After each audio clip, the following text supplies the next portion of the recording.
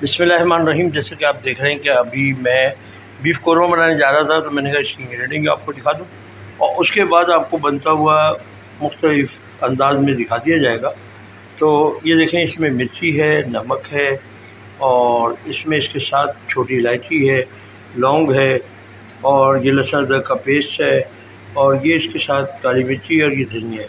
देखिए, मैंने आपको पहले ही बताया कि मिर्ची से आधा धनिया होना चाहिए, तो देखिए इसकी मकदार आपको खुद अंदाज़ा हो रहा होगा कि ये आधा है। तो इसके बाद मैंने प्याज जो है आधा किलो के करीब जो है वो ब्राउन करके रखी हुई है, वो भी आपको दिखा दूँ। ये देखें, ब्राउन करके कूट ली जाती है ताकि उसका दाना बनेगा। और उसी के साथ ये मेरा गोश्त है जो मैंने काट के और धो के रखा हुआ है। ये देखें, ये 1 किलो के करीब सवा किलो गोश्त है, सवा किलो के करीब गोश्त है और उसके साथ ही आधा किलो इसमें दही जाएगा, वो भी ये रखा हुआ है। तो ये सारी चीज़ें मैंने इंग्रेडिएंट हैं जो आज की हैं और उसके बाद जो दम का मसाला है वो बाद में बनाऊंगा और वो भी आपको दिखा दिया जाएगा कि कैसे बनता है, क्या है। तो अभी मैंने इसके साथ आधा किलो जो ऑयल लिया है उसी के अंदर ये सारे मसाले जाएंगे, फिर मैं आपको दिखाता हूँ। जैसे कि अभी आप देख रहे हैं कि मैंने सारी चीज़ें इसमें डाल दी हैं और डालने के बाद इसको थोड़ा सा मिक्स मारना है ताकि दही जो है वो दाना ना रहे।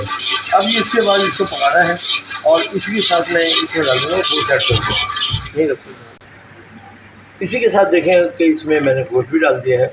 अब ये जो है गोश्त ये गलेगा और इसमें थोड़ा सा पानी मुझे ऐड करना है, जो कि मैं आपको करके दिखाता हूँ। चम्मच दे, जैसे कि आप देख रहे हैं कि इसमें थोड़ा सा ये पानी मैंने यूज़ कर लिया है, वो इसलिए ताकि गोश्त मेरा गल जाए। चिकन होता तो उसको ज़रूरत नहीं है, उसको पहले मसाला भूनना पड़ता, फिर उसके बाद उसको तभी ये देखें कि ये इस तरीके से थोड़ा पकेगा और जब ये पकेगा तो इंशाल्लाह ये गोश्त गल जाएगा। जब गल जाएगा तो इसमें मैं और क्या क्या चीज़ें डालूँगा वो भी आपको दिखाऊँगा और ये बेहतरीन दिल्ली वालों का कौरमा होगा इंशाल्लाह। तो आज आप देखें ये कौरमा। तो मैं अभी जैसे ही ये रेडी होगा मैं आपको फिर उसके बाद दम का मसाला और जो चीज़ें उसमें डालनी है वो सब डाल के दिखाता भी जाऊँगा और बना के बताता हूँ। जैसे कि मैंने आपको बताया कि कौरमा मेरा रेडी होने वाला है और अभी मैं आपको दिखाता चलूँ कि इसमें जो ऊपर से दम का मसाला लग गया वो ये है। इसमें देखें कि जायफल है, जवती है और छोटी इलायची।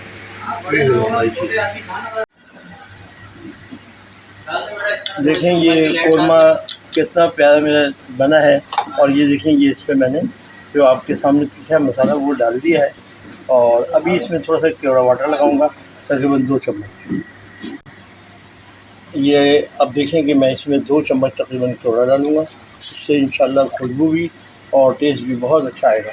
और अभी मैं आपको दिखाते चलूँ कि देखें ये दानेदार कौरमा दिल्ली वालों की पसंद बेहतरीन चीज़ आपको दिखाता हूँ। ये देखें, अभी मैं आपको दिखा रहा हूँ दानेदार कौरमा बेहतरीन होगा इंशाल्लाह। और खाने में जब आप खिलाएँगे अपने मेहमानों को तो उन्हें पता चलेगा वाकई ये दिल्ली वाला कौरमा।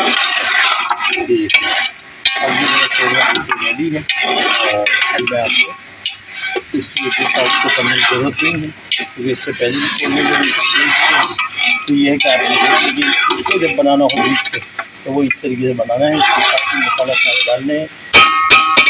बेहतरीन कौरमा मेरा रेडी है।